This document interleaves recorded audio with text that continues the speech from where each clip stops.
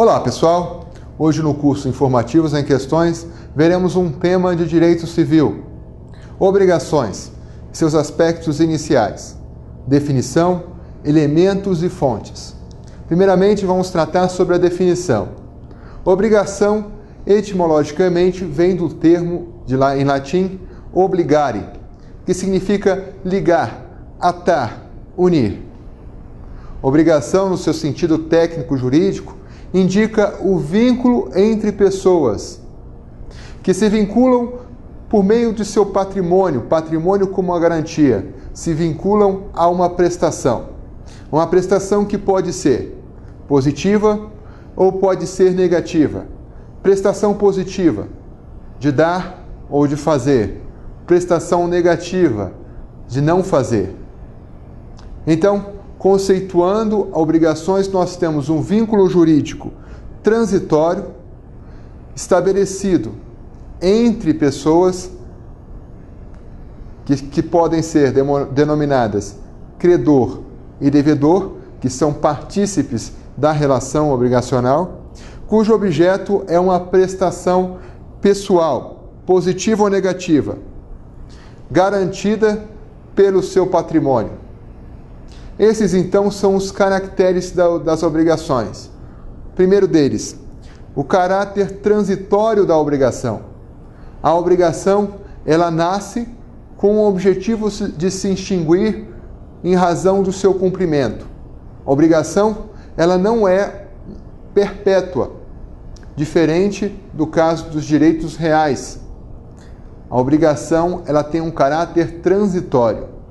O segundo caractere, vínculo jurídico entre as partes. É bom destacar que não há vínculo entre uma parte e um objeto, mas entre partes, que são denominadas credor e devedor. O caráter patrimonial da obrigação. A parte, ela se vincula e o patrimônio garante o cumprimento da prestação. Essa é a regra. Hoje, não se admite a responsabilidade por sua integridade física, ou mesmo a responsabilidade em razão de descumprimento com sua liberdade. Apenas em casos excepcionais, como uma dívida alimentar, um débito alimentar, é possível que o devedor seja preso pelo descumprimento de uma obrigação. Mas a regra é que o patrimônio é que deve responder pela obrigação. Outro caractere é a necessidade de se visualizar uma prestação que pode ser positiva ou negativa, uma prestação de dar, fazer ou uma prestação de não fazer.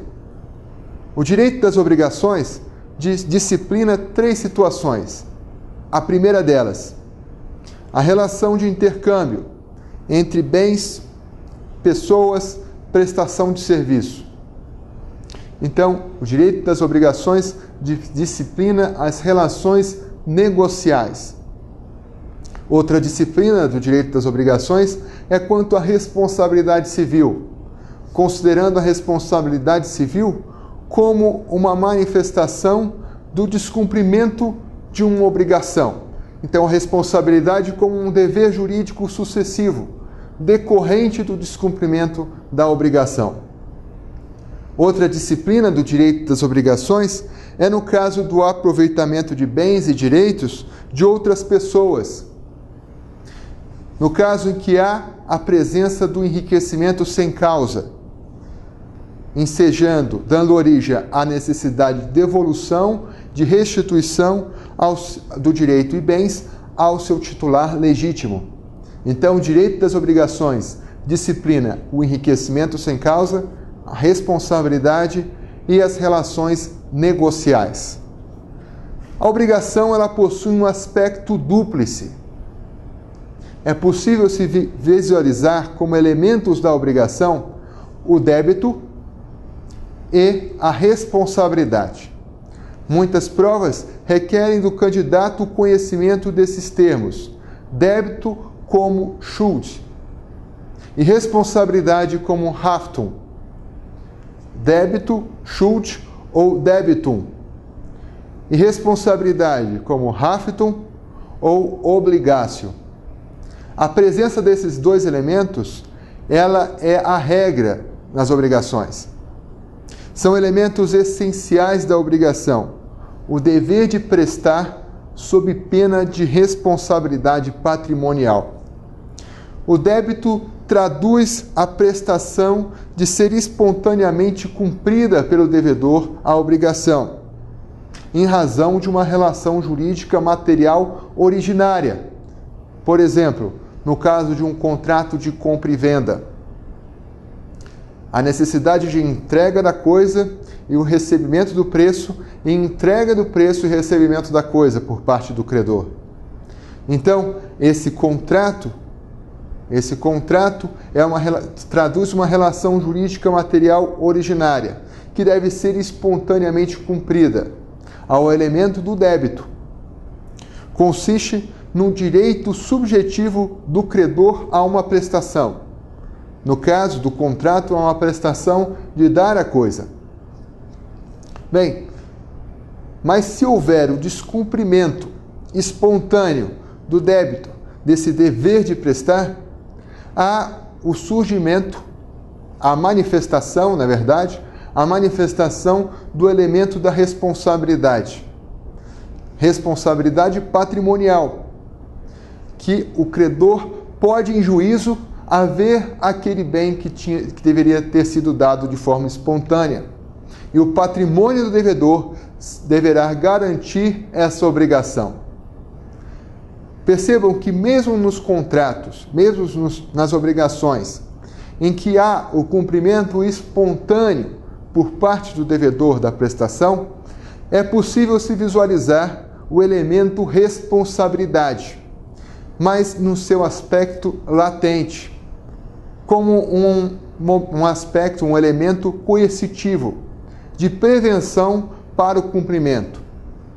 Então, a responsabilidade é um elemento essencial da obrigação.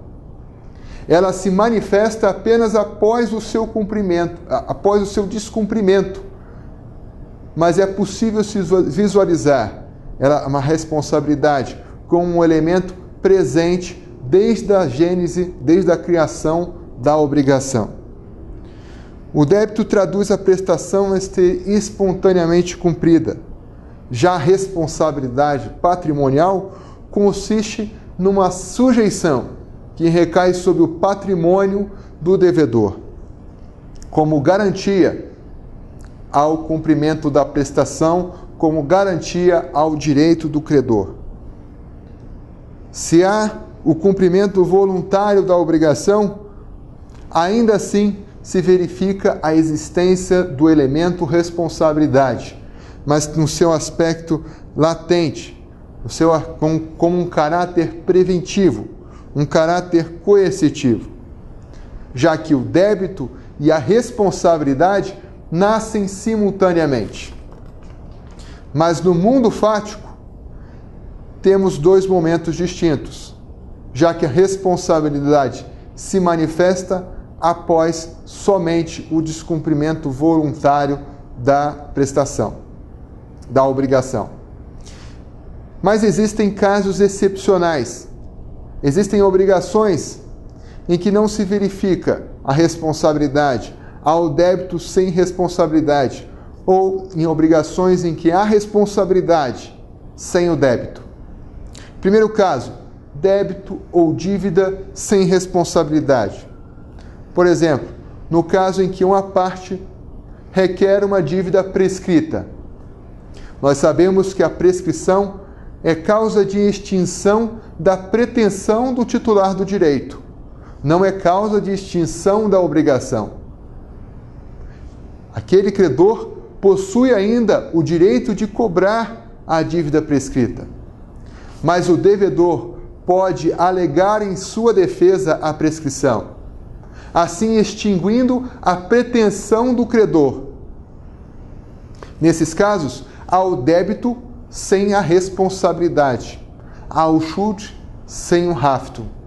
Também é possível se verificar o débito sem responsabilidade nas obrigações naturais, que tem como único efeito jurídico a obrigação de irrepetibilidade, como no caso de dívidas de jogo. Ao débito, havendo dívida de jogo, é possível o titular do direito receber aquela dívida.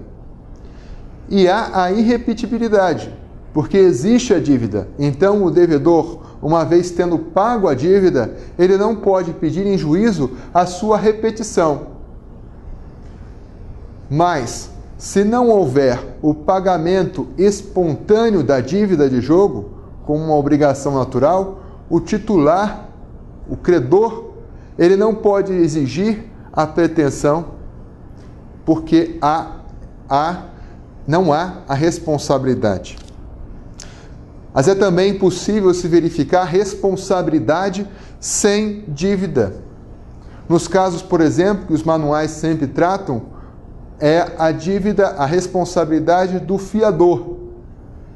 O fiador, ele responde com seu patrimônio, ele garante a dívida do afiançado. Há responsabilidade, mas não há o débito.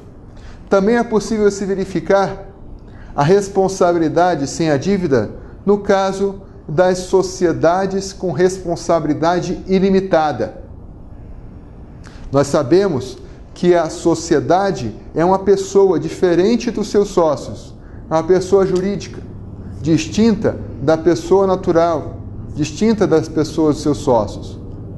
Mas é possível a responsabilidade ilimitada das sociedades. Uma vez esgotado o patrimônio da sociedade, o credor pode exigir que o patrimônio do sócio venha suportar a dívida contraída pela sociedade. Então, se verifica a responsabilidade sem o débito, o rafto sem o débito, sem o schuld. Elementos da relação obrigacional. Primeiro elemento, sujeito. Segundo, objeto. Terceiro, vínculo. Esses são os elementos da relação obrigacional. Sujeito, objeto e vínculo.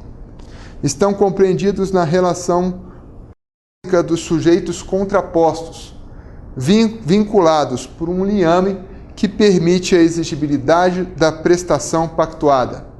Então, sujeitos que estão vinculados, em razão desse vínculo, há a possibilidade de exigência da prestação prometida, prestação pactuada. A prestação, como vimos, pode ser uma prestação positiva ou uma prestação negativa, de dar e fazer e de não fazer. Elemento subjetivo, integrado pelo credor e pelo devedor. Encontram-se o credor e devedor em posições contrapostas. Credor é aquele que pode exigir um determinado comportamento, enquanto o devedor é quem deve cumprir a prestação. Credor e devedor podem ser pessoa jurídica, pessoa natural. É possível também verificar como credor ou devedor sujeitos absolutamente incapazes. Por exemplo, pode ser credor um menor, e aí ele deverá ser representado de forma legítima. Também pode ser sujeito pessoas, entes despersonalizados, em casos excepcionais. Então pode ser credor o condomínio, que é titular do direito, e deve receber as contribuições dos condôminos. Também o condomínio tem a responsabilidade pelas verbas trabalhistas, responsabilidade previdenciária pelos funcionários do condomínio. Também pode ser sujeito, pode ser credor e devedor, a massa falida, o espólio, que são entes despersonalizados. Então, entes despersonalizados, excepcionalmente, pode figurar como credor e devedor. Também pode figurar como credor ou devedor, excepcionalmente, o nascituro. Ainda não adquiriu personalidade, mas pode exigir prestações alimentícias. pode, desde que devidamente representado, ingressar em juízo em razão da dívida alimentar. É possível existir sujeito coletivo e não apenas individual, no caso de interesses difusos ou interesses coletivos. É possível que uma coletividade seja credora ou devedora de uma prestação. Elemento objetivo da obrigação. O elemento objetivo da obrigação é a prestação. Então nós vimos que o elemento objetivo é a prestação, que é o objeto da obrigação, e é possível se visualizar também o objeto da prestação, que é o bem da vida, o bem ou a situação jurídica, o direito. Por exemplo, no contrato de compra e venda de imóvel,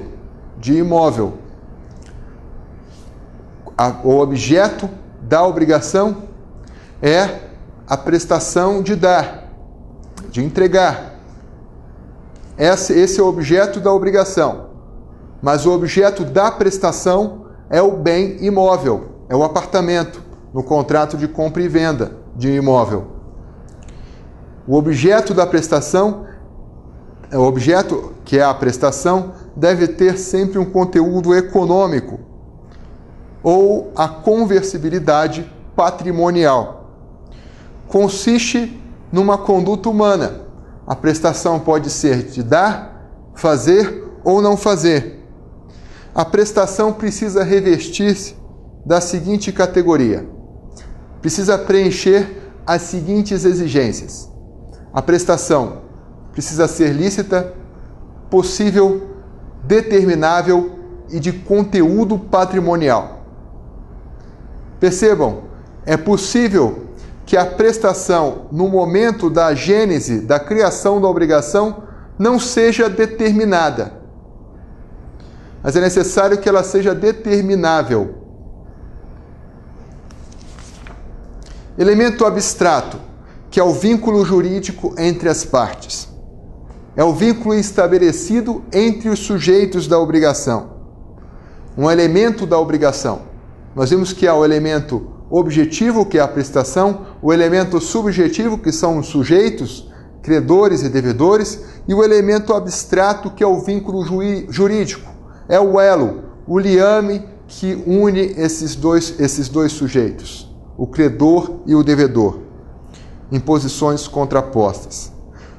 É o liame que possibilita ao credor exigir da outra parte o objeto da prestação, sob pena de execução patrimonial através do Poder Judiciário.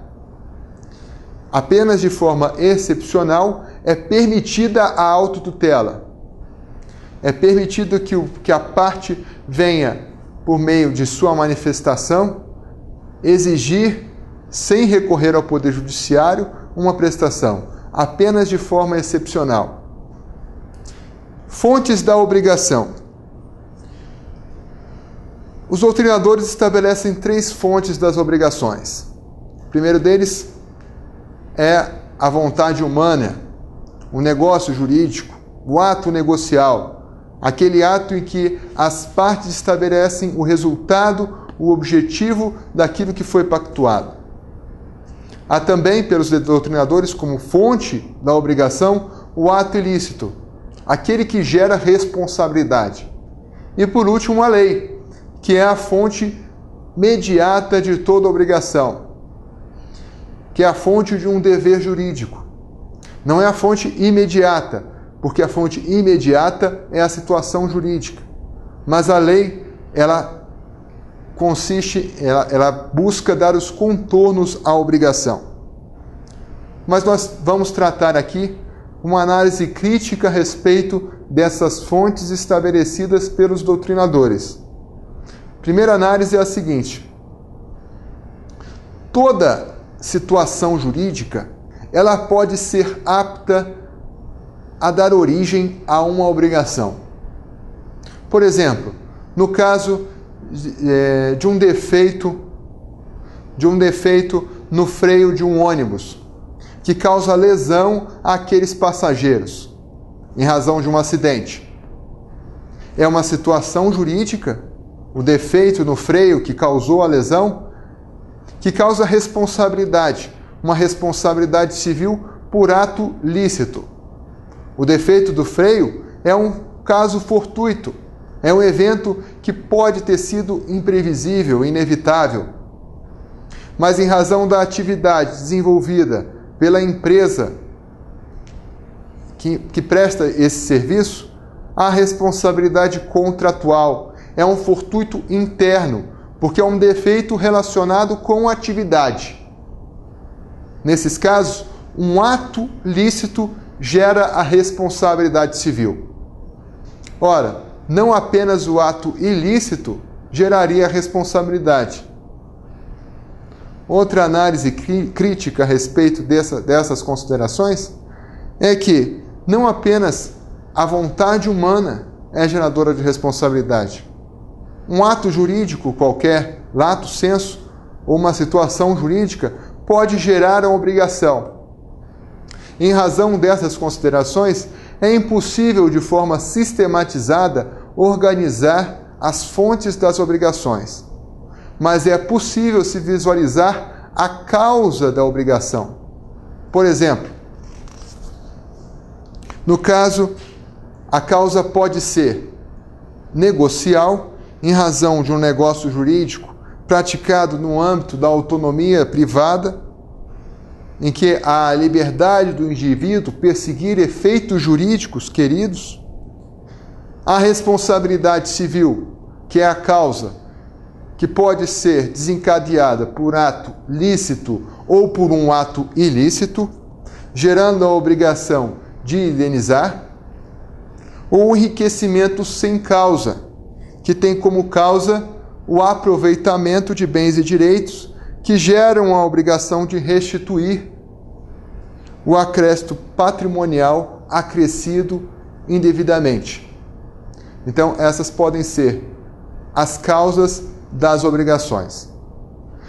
Concluímos aqui essa importante aula sobre o direito das obrigações, as suas considerações iniciais. Nós tratamos sobre as definições, os elementos e as fontes das obrigações. Obrigado e até a próxima.